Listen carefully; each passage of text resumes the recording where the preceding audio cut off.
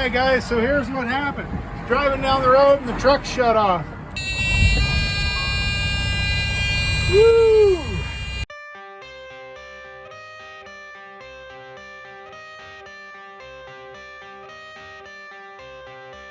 I got the cash in the bag, stadium packed. Born a rock star in this life, gonna live it up on the attack. Baby, I'm bad, I just wanna get caught up in this life. I'm crazy, I'm mad, doing no cap. Only God wants you, better go live it up. Cash in the bag, stadium packed. Baby, I'm bad, baby, I'm bad.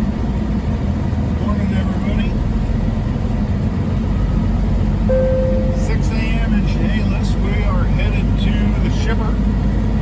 1.6 miles up the road. So hopefully get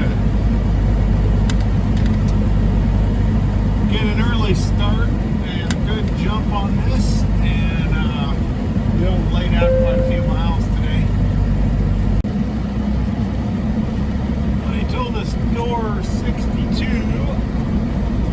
So this is the Fred Meyer distribution center.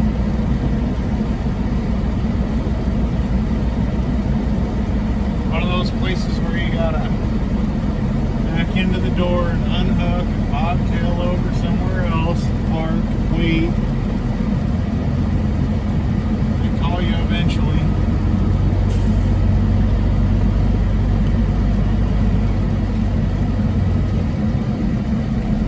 But we'll make do there. When I've been here before, it seems like it always takes 4 hours. 3 or 4 hours. But I'm here early enough that I'm hoping that I can be. There was nobody even in front of me, so hopefully we'll be in and out.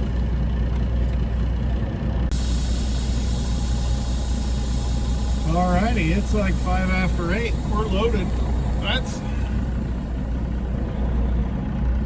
That's a new record for them. We're gonna head over to the Loves here, get this thing scaled. I'm sure it's fine, but feels fine, but we might as well be safe. So $12 or whatever a scale ticket is, pretty cheap insurance the way I look at it.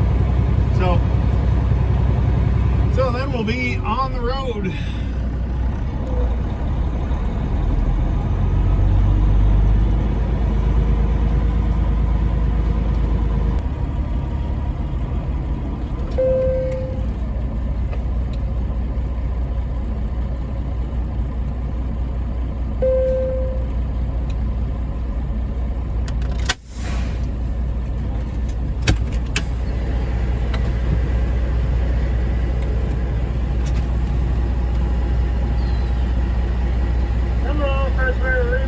First way.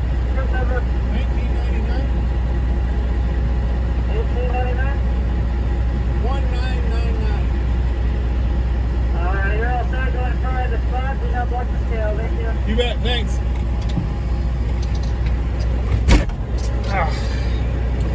Put these brand new door seals, window seals on. And if I have my fan even on my 2, it won't hardly shut. So you got to roll the window down. It seals up so tight. Just trying to. You know, it's a Freightliner, so you're always fighting noise. So I got our scale ticket. We're just a shade under 55,000 pounds. Just a skosh more on the drives than on the trailer. So it is like 9 o'clock. And we are out of here officially. It says that we're about 12, 13 hours out of Pocatello. Of course, we're going to have to stop for fuel here somewhere. And, so it'll probably be closer to 14. So I doubt I'll make it today. It's just fine. Might even stop at the house. We'll just see. I've got itty bitty kids. My oldest is 8. So I don't it's almost harder to pull in there for a couple hours you know, because they just don't really understand that what's going on. So I might just blow through there, and especially I have a backhaul already booked, and I basically have to, my paperwork says that they won't unload me until 4 o'clock in the afternoon, you know, unless something strange, like unless I call ahead. So hopefully I'll call ahead, but it's the weekend and everybody's short-staffed, even Fred Meyer. So if that's the case, like, I'd like to get offloaded as early as I can, so I might just blow through and not stop at the house, because I gotta hurry back to grab another load that comes back over to the Seattle area. So, well, we're getting ready. We're up on a bridge here. There's 2 bridges you cross. You're leaving Washington and going into Oregon. And this is the first one coming across the, I think the Columbia just has an island on it, is what this is.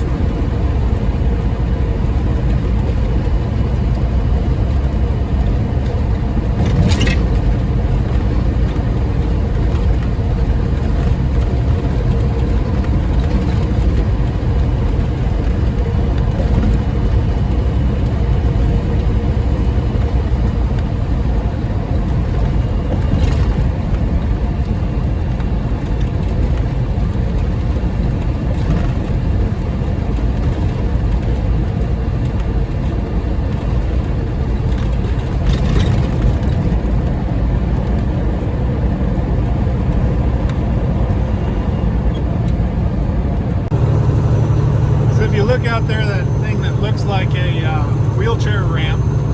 That's a fish ladder. It's the John Day Dam, but they put, you know, crossboards in there. It's concrete, and fish swim up and they can hide behind those, take a rest. But if anybody ever wondered how fish get around a dam without going through the turbine blades and getting chopped up, that's how they do it.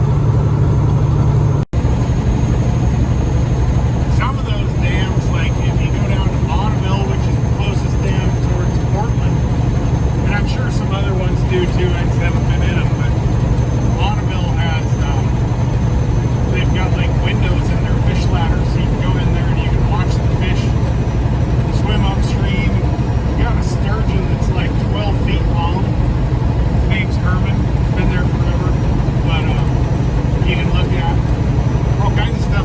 Pretty neat if you're ever bored. I don't know about truck parking in there, but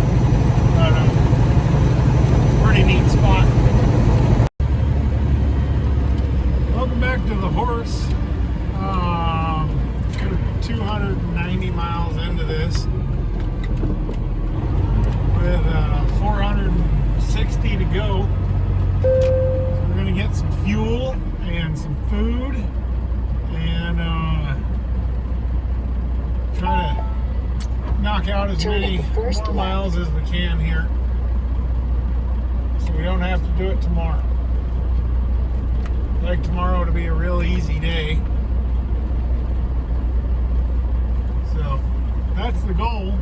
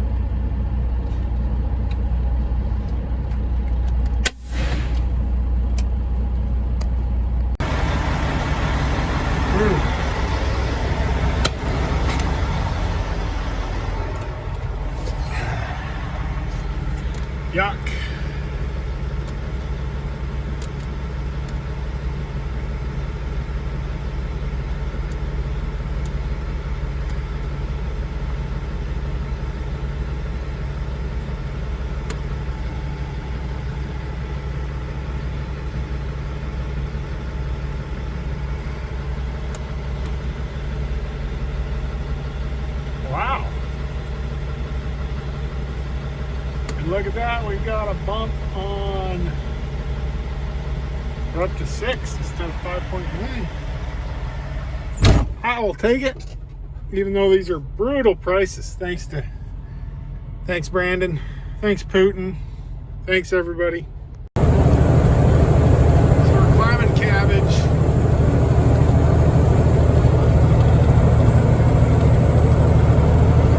Just keeping 1600 RPM.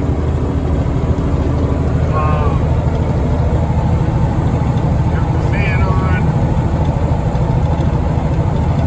You know, basically I don't know if this is right, but there's my boost gauge right there at 20. So there I can pop it up.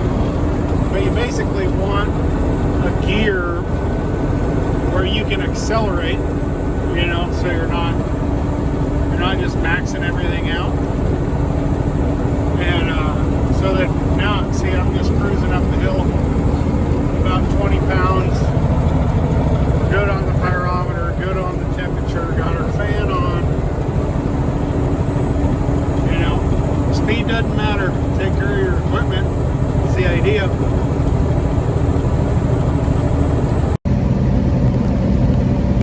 Well, we're out here at the 250. I don't know if you guys can see it, but kind of slightly to the right there, those are the peaks of the Eagle Cap Wilderness. Cool area that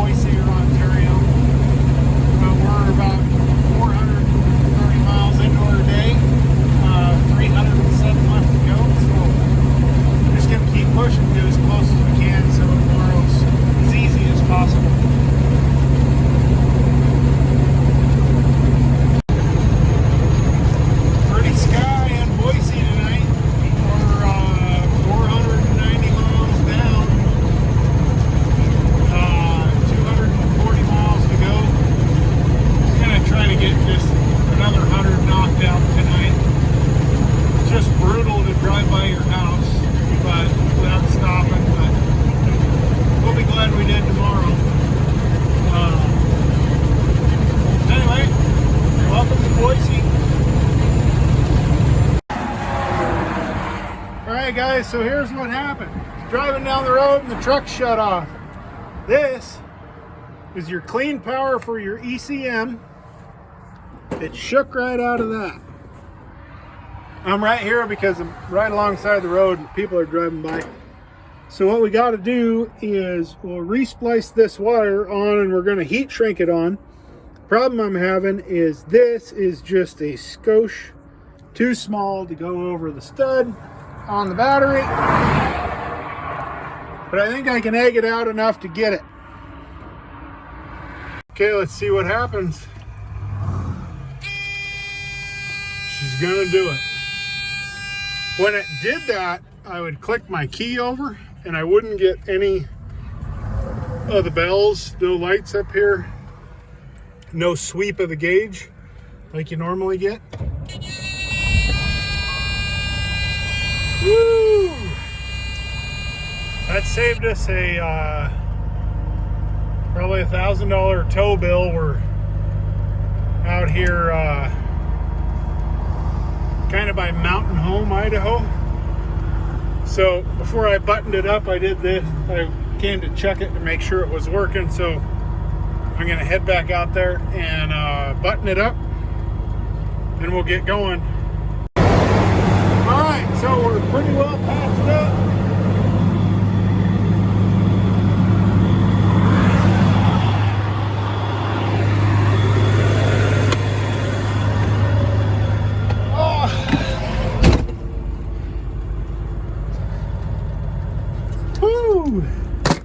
Okay. We made it back in the truck safe. All right, so here's what happened. Cruising down the road.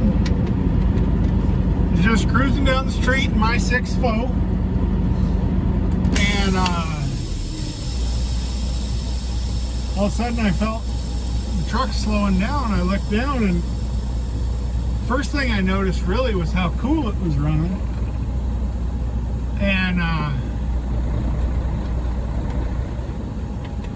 so I started jacking around here and it was quite apparent that the truck was not running. And I still have lights and stuff. I just didn't have any, like the engine wasn't running. It was really weird. It just like it quit. No lights on the dash, no warnings, no nothing. And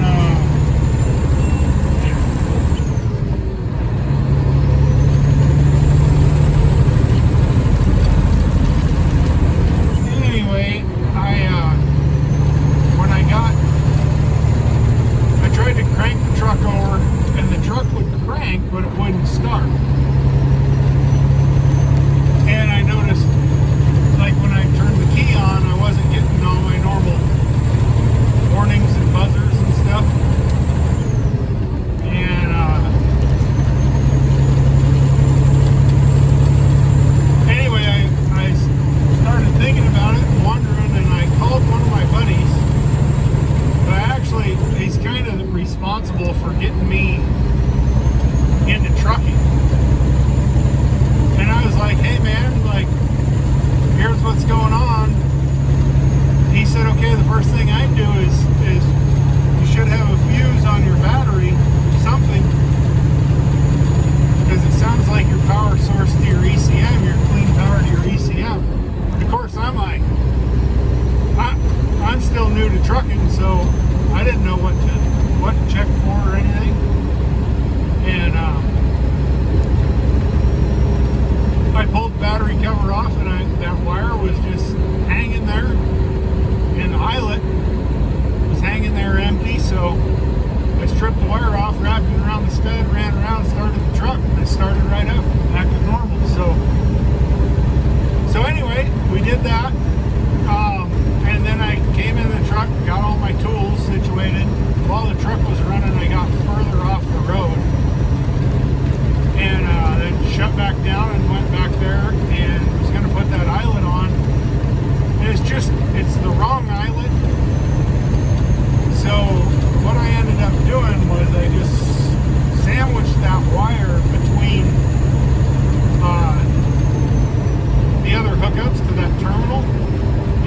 go in parallel with other batteries. So it sandwiched between them and took off.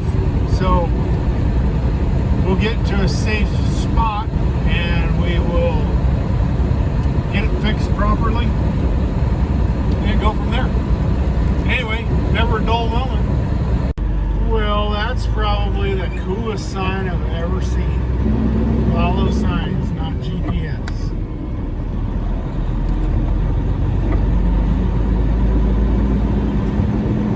I will do that. Right up against the last couple minutes on our clock trying to find a place to park. I already made a lap through the Flying J. Couldn't find a spot, so keep trying. Well, that was a wild night. I didn't make it quite as far as I wanted to just because we broke down alongside the road. I was,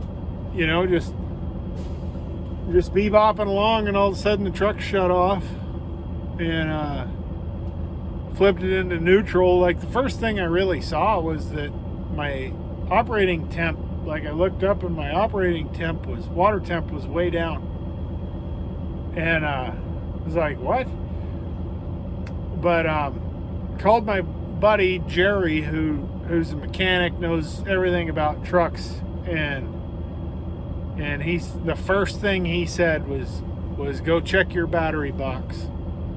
And I walked back there, and sure enough, I'll attach the picture if the video doesn't come out very good, but I took a picture. There was a wire laying there, and sent it to him, and he was like, yeah, just strip that wire off and wrap it around the nut and see if it works. And then, if you know that works, then shut the truck off and go back and do it right.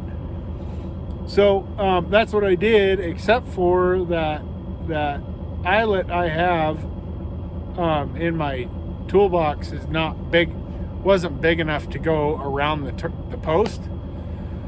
So what I did was all those pigtailed together, so I wrapped it around those and smashed it down with the nut, and it's holding for now, but I need to find a nut. I'll go in the store here in the morning, but I'm whooped, so for tonight that's gonna be it. But man, that's like, I was having visions of several $1,000 tow bills and crap like that, and to have a guy handy that knows about trucks and just clued me in. First thing he said. So we dodged a huge bullet, huge one. So big shout out to Jerry. Thank you for everything. So, and I'll talk to you guys in the morning. I'm tired. I'm going to bed. We're about 115 miles out, so, of our first stop. So see you in the morning. Found this little gem. This is a really nice, it's small, there's not a lot of parking, but I'm right across the street from the Flying J off the Twin Falls exit, and the Flying J was packed full of people last night. No parking. I came over here and there's like 3 or 4 spots. It's pretty easy, and it's way nicer than the Flying J is, so there's that. We are 114 miles out of Pocatello. We're supposed to be there about noon. And so we're going to get out of here and get on the road. Keep pushing. So we're out here on the 86, milepost 27, headed towards Pocatello, and we're coming up on Massacre Rocks. If you guys listen to those graphic audio from William W. Johnstone, those movie in your mind deals, there's on the Preacher series, one of them, he leads a wagon train east, and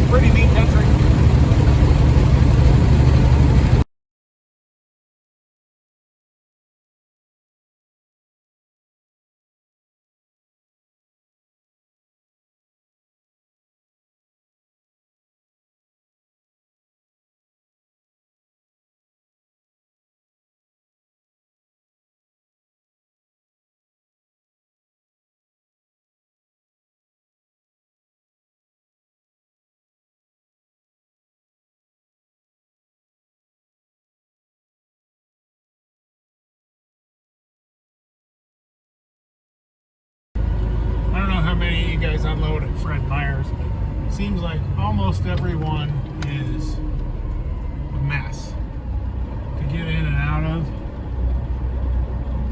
And all their doors are like at a 30-degree angle.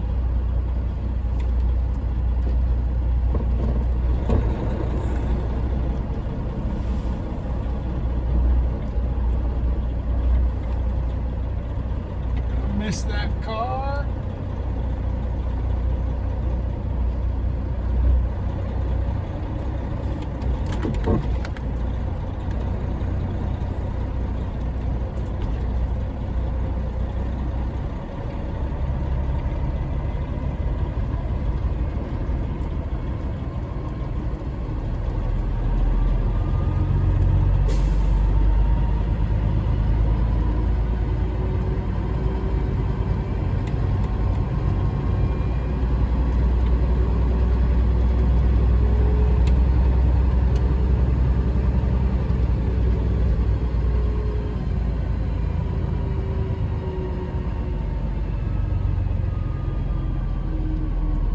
This one isn't bad. Been here before, but it was a long time ago.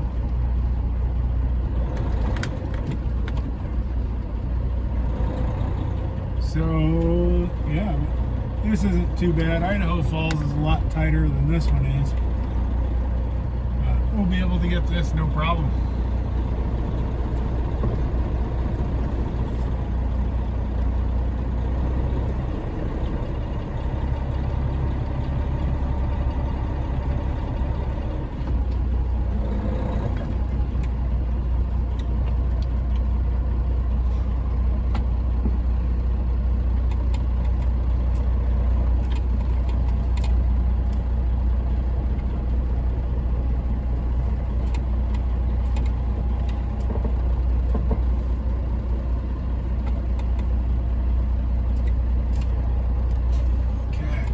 Get these doors.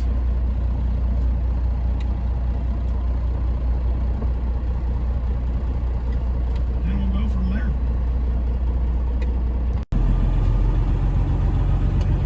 Alright, well, that took an hour. So we're in pretty good shape. The first right onto East Alameda Road. We're going to be in Idaho Falls at GPS says 2.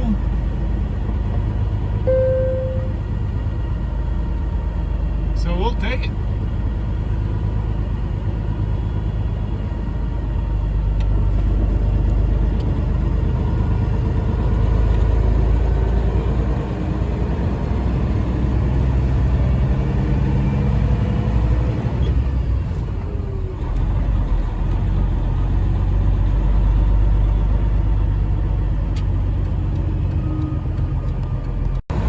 All right, so my stuff said that they don't receive until like 4 unless you call. Yellowstone Avenue. So I called this morning from Idaho Falls, so we got in and out of there in an hour. And take the first exit on the right. we're still going to make Idaho Falls Idaho Falls. before 4, which is really good because we kind of, to be honest, I just kind of made a mistake. My broker that I run all those food bank loads for called me and wanted me to take another Seattle load on Monday, and in order for me to do that, like, I figured I was going to have to deadhead a little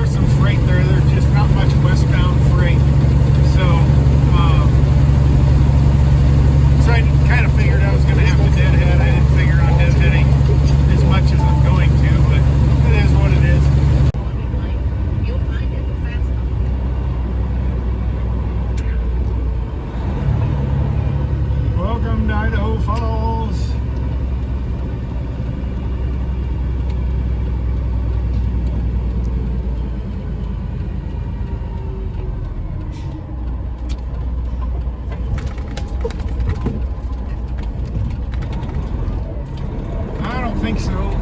Better safe than sorry. I'm just going to pull in here. I needed to just kind of whip a U-turn right there, but they've got some pallets sitting there. So we're just going to safety up. Drive through the Mickey D's parking lot.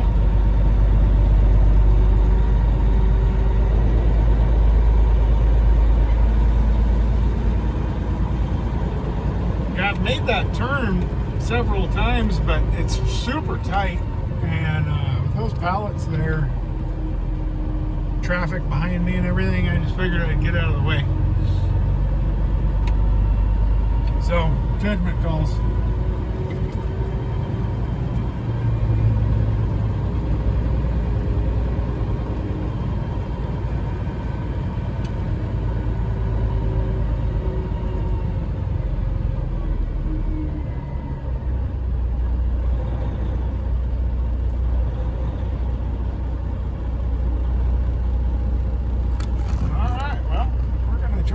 Door right next to that little 20-footer,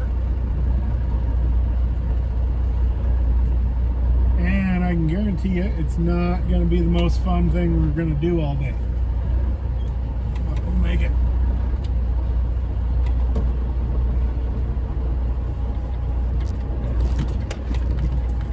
We'll make her.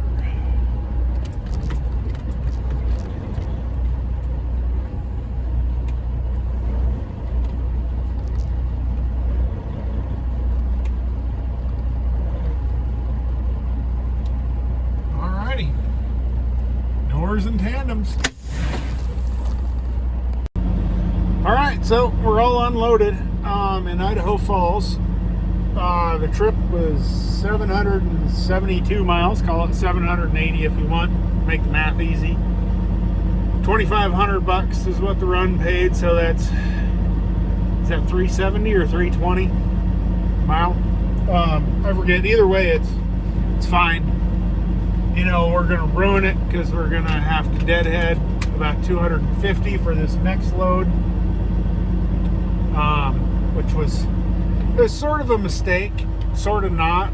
Like I don't know. You know, I could have deadheaded about 200 miles to Ogden, or I could have deadheaded 250 miles home. Either way, I got a load tomorrow morning, head back over to Seattle. So you know, I mean, it's profitable. It's probably not as profitable as it could be. I mean, obviously with the deadheads, but it's still fine. You know, like we're still making money. So anyway, it's gonna be windy, but I'm gonna close the video out. See you guys probably tomorrow, but there's not much sense in having you ride along on a deadhead, I don't think. And besides, they're running in Las Vegas today, and I'd like to listen to it. So we're gonna head for home. It says we'll be there at about 7:15. So I might even make it home to see the kids before bedtime. And then it's a later load tomorrow, but I'll probably go early, like I always do. I don't like driving all night, you know, especially up I-5 and stuff when it's going to be rainy and well, it should be rainy and all that crap. So might as well just go early and get done early, and then you got a pretty clean clock. You know, it's a normal business hour. So see you guys later.